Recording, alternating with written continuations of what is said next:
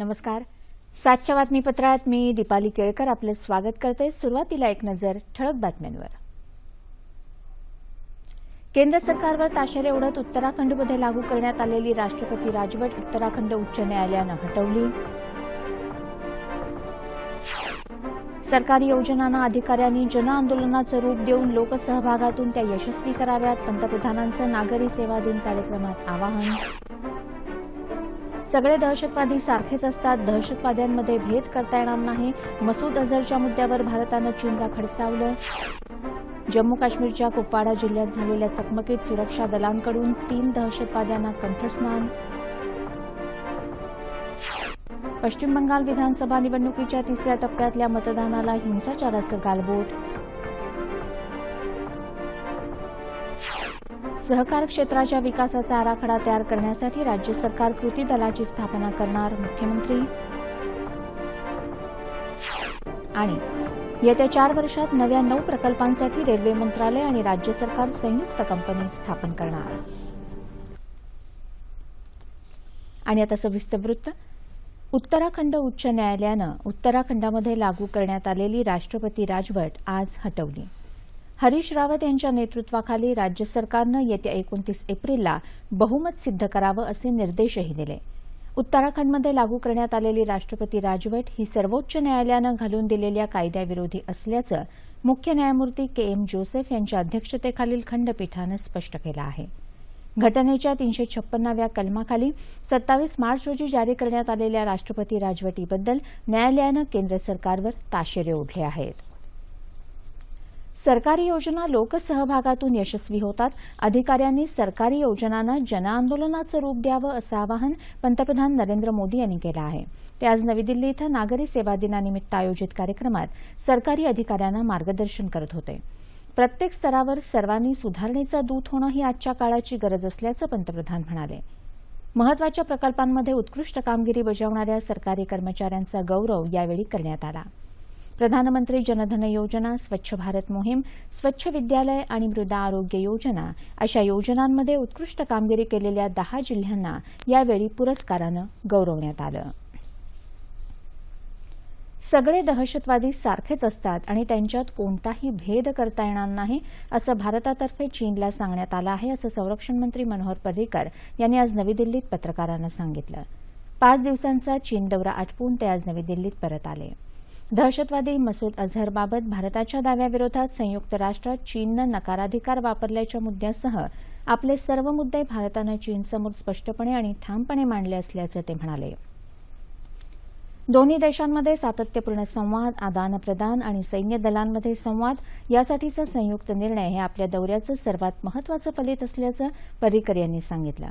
पाकव्याप्त काश्मीरमध्ये चीनी सैन्याच्या उपस्थितीचा मुद्दाही आपण मांडल्याचं ते म्हणाले. जम्मू काश्मीरच्या कुपवाडा जिल्ह्यात आज झालेल्या चकमकीत सुरक्षा दलांनी 3 दहशतवाद्यांना कंठस्नान घातलं. लोलाब इथं काही दहशतवादी असल्याची माहिती मिळाली होती. त्यानुसार सुरक्षा दलांनी हे क्षेत्र घेरून शोध मोहीम सुरू केली. तेव्हा दबा धरून बसलेल्या दहशतवाद्यांनी गोळीबार सुरू केला. ठार करण्यात आलेल्या दहशतवाद्यांची ओळख अद्याप पटू शकलेली नाही. पश्चिम बंगाल विधानसभेच्या 3ऱ्या टप्प्यात आज दुपारी 3 वाजेपर्यंत सुमारे 67% मतदान झालं. आजच्या टप्प्यातल्या मतदानाला हिंसाचाराचं गालबोट लागलं. मुर्शिदाबाद जिल्ह्यातल्या डोमकाल इथं मतदानादरम्यान झालेल्या हिंसाचारात एकाचा मृत्यू झाला तर अनेक जण जखमी झाले. बर्दवान जिल्ह्यातही बॉम्ब फेकल्याच्या आरोपाखाली 4 संशयितांना अटक करण्यात आली असून या बॉम्बस्फोटात 3 जण गंभीररित्या जखमी झाले आहेत. 3ऱ्या टप्प्यात 62 विधानसभा जागांसाठी आज मतदान झालं. यामध्ये मुर्शिदाबादमधल्या 22, नादियामधल्या 17, उत्तर कोलकात्यातल्या 7 आणि बर्दवानमध्ये 16 जागांचा समावेश आहे.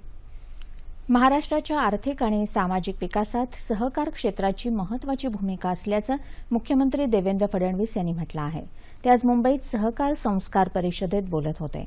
सहकारी आणि जिल्हा बँकांनी नेहमीच गरीब शेतकऱ्यांना मदत केली आहे. ग्रामीण विकासात या बँकांचा महत्वाचा वाटा असल्याचं मुख्यमंत्र्यांनी सांगितलं.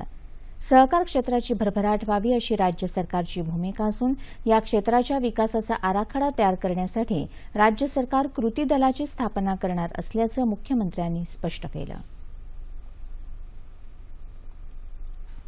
सहकार हा पक्षाच्या पलीकडचा, त्यामुळे कुठल्याही पक्षाचे असो, कोणी असो, कोणालाही सहकारामध्ये आम्ही त्रास होऊ देणार नाही. जे चांगलं काम करतायत त्यांच्या पाठीशी सरकार निश्चितपणे उभं राहील आणि जे वाईट काम करतायत त्यांना आपण सांगितल्याप्रमाणे कुठे पाठवायचं ते आपण ठरवलेलं आहे. निश्चितपणे त्यांनाही तिथे आपण पाठवल्याशिवाय राहणार नाही.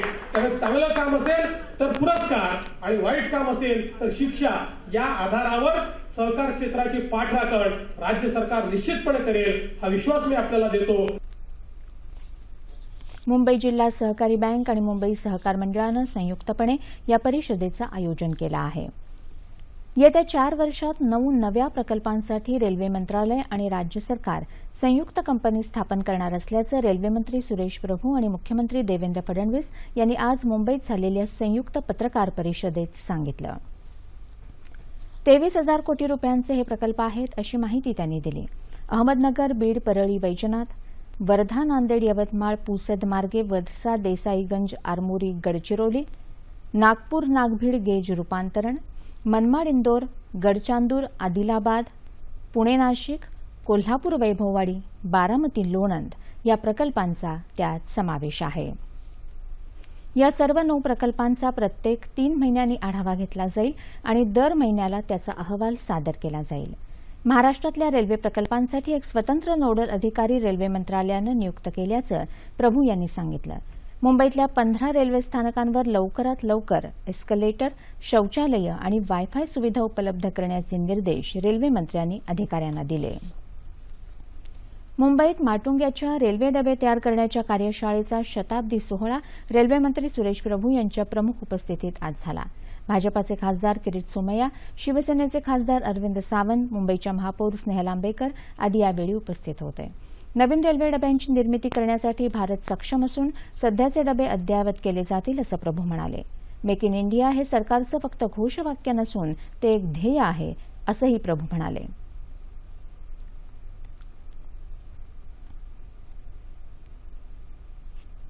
मुझे विश्वास है कि अगले 5 साल में रेल की जो आज कठिन स्थिति है उसमें सुधार करने के लिए हम कामयाब रहेंगे. अभी हम रेल के और विकास करने के लिए राज्य सरकारों के साथ एक समझौता करने वाले, उसके तहत ही और कुछ समय में हमारे सम्मानीय मुख्यमंत्री से भी हमारी बैठक है, तो इसके लिए वहां भी हम बातचीत करें.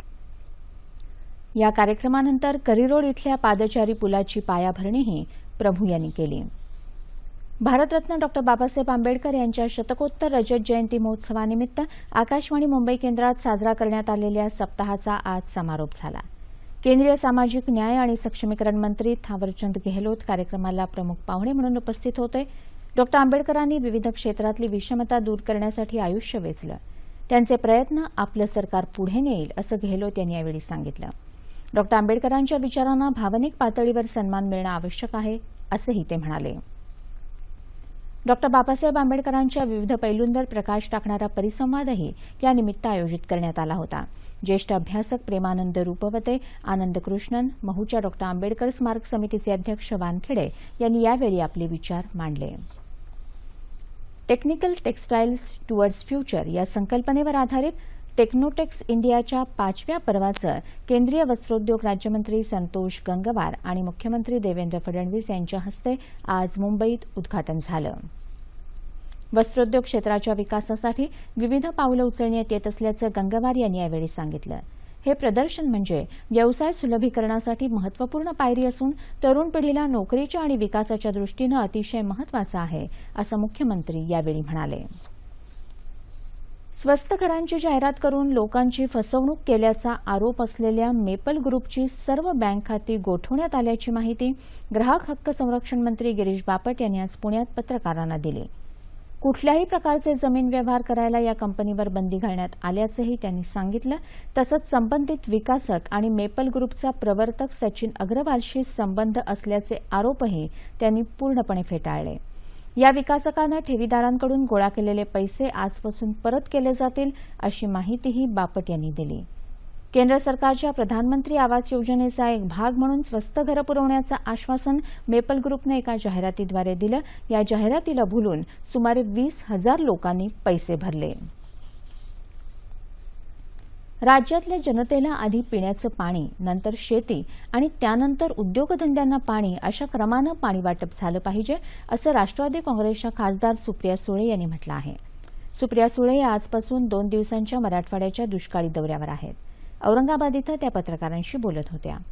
ठिबक सिंचनावरही ऊसाची शेती होऊ शकते, त्यामुळे सरकारनं ठिबक सिंचनावर जास्त अनुदान द्यावं असं सांगत आघाडी सरकारच्या काळात शेतकरी आत्महत्यांचे गुन्हे 320 कलमांतर्गत सरकारवर लावावेत असं विरोधी पक्षांचं म्हणणं होतं. मग आताच्या सरकारविरुद्ध गुन्हे का दाखल होत नाहीत असा सवाल त्यांनी यावेळी केला. पत्रकार परिषदेच्या आधी सुळे यांनी औरंगाबादमधल्या हारून मुकाती इस्लामिक गरजूंसाठी चालवण्यात येणाऱ्या रोटी कपडा बँकेला भेट दिली. त्यानंतर पैठण तालुक्यातल्या पाचनोड इथल्या चित्ते नदी पुनर्जीवन प्रकल्प आणि जलयुक्त शिवार योजनेची त्यांनी पाहणी करून शेतकऱ्यांशी चर्चा केली. राज्यातल्या दुष्काळाच्या पार्श्वभूमीवर उद्योगांचे आणि बियर कंपन्यांचे पाणी बंद करावे अशी मागणी होत असताना ग्रामविकास मंत्री पंकजा मुंडे यांनी मात्र हे पाणी बंद करू नये अशी भूमिका घेतल्याबद्दल राष्ट्रवादी काँग्रेसचे प्रवक्ते नवाब मलिक यांनी टीका केली आहे. ते आज मुंबईत पत्रकार परिषदेत बोलत होते. पुण्यातल्या मेपल बिल्डरच्या 5 लाखात घर योजनेत अन्न आणि नागरी पुरवठा मंत्री गिरीश बापट यांचा सहभाग असल्याचा आरोप मलिक यांनी केला. डाळ विक्री करणाऱ्या नामांकित कंपन्यांच्या डाळींना भाव मिळावा म्हणून डाळींच्या भावात वाढ झाल्याचा दावाही त्यांनी केला.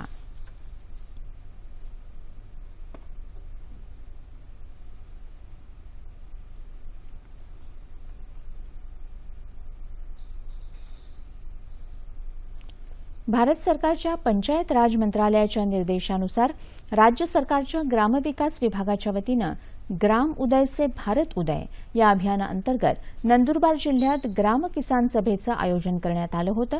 त्याचा हा वृत्तांत. सामाजिक सलोखा वृद्धिंगत करणं, पंचायत राज संस्थांचं बळकटीकरण, शेतकऱ्यांचा विकास आणि गरिबांचं जीवनमान उंचावणं हा ग्राम उदय से भारत उदय या अभियानाचा मुख्य उद्देश आहे. या अभियानाच्या माध्यमातून शेतकऱ्यांना स्वावलंबी करण्यासाठी सरकार प्रयत्नशील असल्याचं नंदुरबार जिल्हा कृषी विकास अधिकारी YC कोरडे यांनी या ग्राम किसान सभेत सांगितलं. केंद्र आणि राज्य सरकारच्या विविध योजनांची माहिती यावेळी तज्ज्ञांनी शेतकऱ्यांना दिली. यावेळी शेतकऱ्यांशी प्रत्यक्ष संवाद साधून शेतीविषयक सुधारणांबाबत शेतकऱ्यांची मतं जाणून घेण्यात आली. तसंच शेतीविषयक वाचन साहित्याचं वाटप करण्यात आलं. मोबाईल ॲपच्या माध्यमातून शेतीविषयक माहिती आणि सल्ला, त्याचप्रमाणे ई-मार्केटच्या माध्यमातून उत्पन्नाची विक्री या माहितीचा युवा शेतकऱ्यांनी उत्साहानं लाभ घेतला. विविध योजनांच्या माहिती संदर्भात साहेबांनी आम्हाला सूचना दिलेल्या आहेत आणि त्याचे आम्ही योग्य प्रकारे अवलंब करून आम्ही ते अंमलात आणण्याचा प्रयत्न करणार आहे. या ग्राम किसान सभेत महिलांचा सहभाग उल्लेखनीय होता. ज्या पद्धतीने मी शेती करायला लागले त्याच पद्धतीने इतर महिलांनी आणि युवतींनी सुद्धा शेतीकडे वळलं पाहिजे, जेणेकरून आपल्या गावाचे आणि आपल्या देशाचा विकास होईल.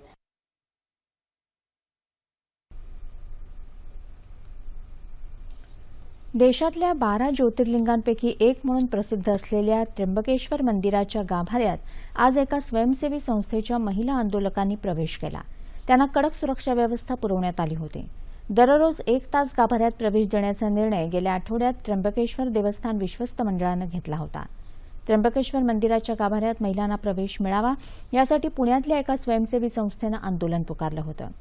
दरम्यान काल मंदिराच्या गर्भगृहात प्रवेश करू इच्छिणाऱ्या महिलांना मारहाण केल्याच्या आरोपावरून पोलिसांनी स्थानिकांविरुद्ध गुन्हे दाखल केल्यानिषेधार्थ आज त्र्यंबकेश्वरमध्ये बंद पाळण्यात आला. औषधांची दुकानं आणि भाजीपाला वगळता सर्व दुकानं बंद होती.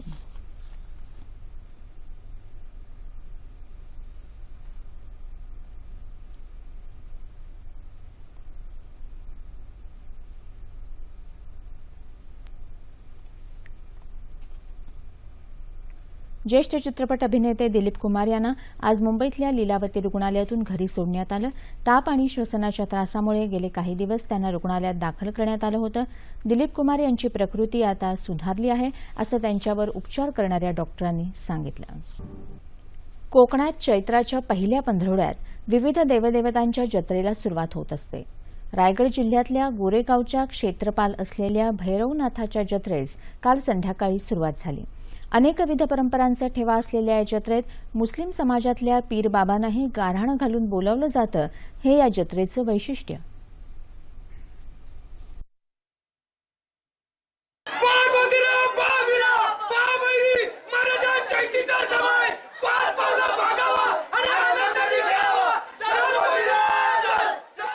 रायगड जिल्ह्यात श्री मल्लिकार्जुनाच्या डोंगराच्या कुशीत गोरेगावच्या बाजारपेठेलगत हे भैरवनाथाचं मंदिर आहे.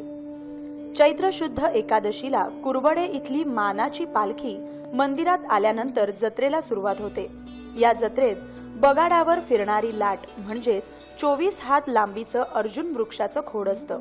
या लाटेला पांढऱ्या रंगानं रंगवून दिवसभर भक्तांचे पूर्ण झालेले नवस श्रीफळ वाढवून फेडले जातात. ही लाट आणताना प्रत्येक जातीच्या लोकांना वेगवेगळी कामं दिली जातात. त्याप्रमाणे नवस फेडण्याचा मान बुरुड समाजाला दिला जातो. सोनारांना देवळावर अलंकार आणि वस्त्र चढवण्याचा आहे. लाट फिरण्याचा मान आहे तो गवळी समाजाला पुढच्या शेड्या करता आहे आणि मागच्या शेड्या करता चांभार समाजा करता आहे. तसंच रात्री 12 वाजता विनाडची काठी आल्यानंतर फक्त महाले भावकी ही फक्त ती लाट फिरवली जाते. ही लाट बगाडावर चढवल्यानंतर तिच्या 5 प्रदक्षिणा केल्या जातात. रात्री भिनाड गावाची काठी आल्यानंतर छबिना सुरू होतो आणि उत्तर काठी नाचवून उत्सवाची सांगता होते. या जत्रेचं विशेष महत्त्व म्हणजे जत्रेत मुस्लिम समाजातल्या पीर बाबांनाही गारहाणं देऊन बोलवलं जातं. हा इथल्या पूर्वजांनी रचलेल्या एकात्मतेचा पाया आहे. उत्सव काळाप्रमाणे बदलत असला तरी परंपरेप्रमाणे सर्व समाजाला आणि धर्मांना सोबत घेऊन होणारी ही जत्रा म्हणजे सर्व धर्म समभावाचं प्रतीकच म्हणावं लागेल. ज्योतिबाच्या नावानं चांग भलच्या गजरात आणि गुलाल खोबऱ्याच्या उधळणीत महाराष्ट्रासह कर्नाटक, आंध्र प्रदेश, गोवा आदी राज्यातून आलेल्या लाखो भाविकांच्या उपस्थितीत कोल्हापूर जिल्ह्यातल्या ज्योतिबाची चैत्रयात्रा पार पडली. ढोल ताशे आणि हलगीच्या निनादात पालखीच्या मिरवणुकीला प्रारंभ झाला. उंच सासन काठ्या नाचवत भाविक यात्रेत सहभागी झाले होते. पालकमंत्री चंद्रकांत पाटील यांनी दर्शन घेऊन पूजा केली. सातारा जिल्ह्यातल्या निनाम पाडळी इथं मानाच्या सासनकाठीचं पूजनही त्यांनी केलं. यंदा चांगला पाऊस पडू दे आणि राज्याला भेडसवणारा दुष्काळ कायमचा संपू दे असं साकडं पाटील यांनी ज्योतिबाला घातलं.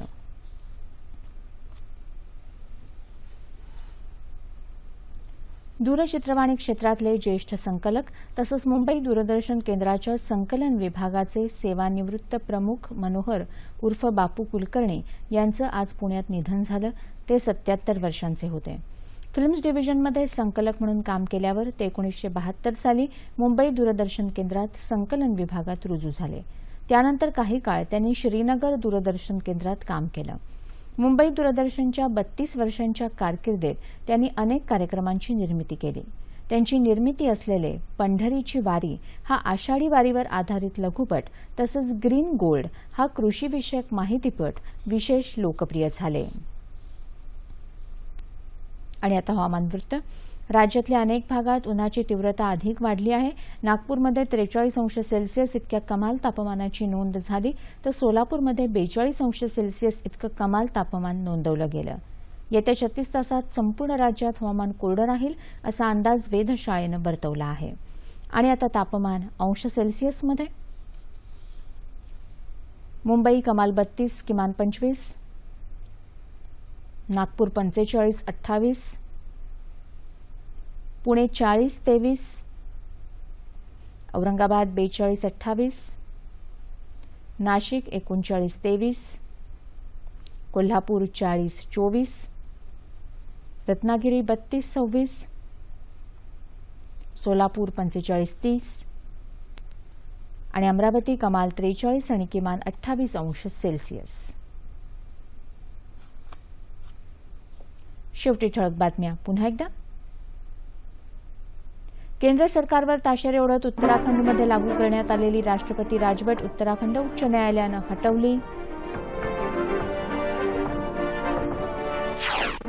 सरकारी योजनांना अधिकाऱ्यांनी जनआंदोलनाचं रूप देऊन लोकसहभागातून त्या यशस्वी कराव्यात. पंतप्रधानांचं नागरी सेवा दिन कार्यक्रमात आवाहन. सगळे दहशतवादी सारखेच असतात, दहशतवाद्यांमध्ये भेद करता येणार नाही. मसूद अझहरच्या मुद्द्यावर भारतानं चीनला खडसावलं. जम्मू काश्मीरच्या कुपवाडा जिल्ह्यात झालेल्या चकमकीत सुरक्षा दलांकडून 3 दहशतवाद्यांना कंठस्नान. पश्चिम बंगाल विधानसभा निवडणुकीच्या 3ऱ्या टप्प्यातल्या मतदानाला हिंसाचाराचं गालबोट. सहकार क्षेत्राच्या विकासाचा आराखडा तयार करण्यासाठी राज्य सरकार कृती दलाची स्थापना करणार मुख्यमंत्री. आणि येत्या 4 वर्षात नव्या 9 प्रकल्पांसाठी रेल्वे मंत्रालय आणि राज्य सरकार संयुक्त कंपनी स्थापन करणार. आणि याबरोबरच हे बातमीपत्र संपलं. देशातल्या निर्यातीत सलग 16 महिने घट होत आहे. यामागची कारणं, स्थानिक उद्योग आणि पर्यायानं विकास दरावर होणारा त्याचा परिणाम तसंच त्याचा अर्थव्यवस्थेशी असलेला संबंध आदी मुद्द्यांवर चर्चा करण्यासाठी महाराष्ट्र चेंबर्स ऑफ कॉमर्सचे प्रभारी सरचिटणीस सागर नागरे यांना आज रात्री 9:30च्या बातमीपत्रात निमंत्रित करण्यात आलं आहे. तेव्हा पुन्हा भेटूया पुढील बातमीपत्रात आपल्या सह्याद्री वाहिनीवर. नमस्कार.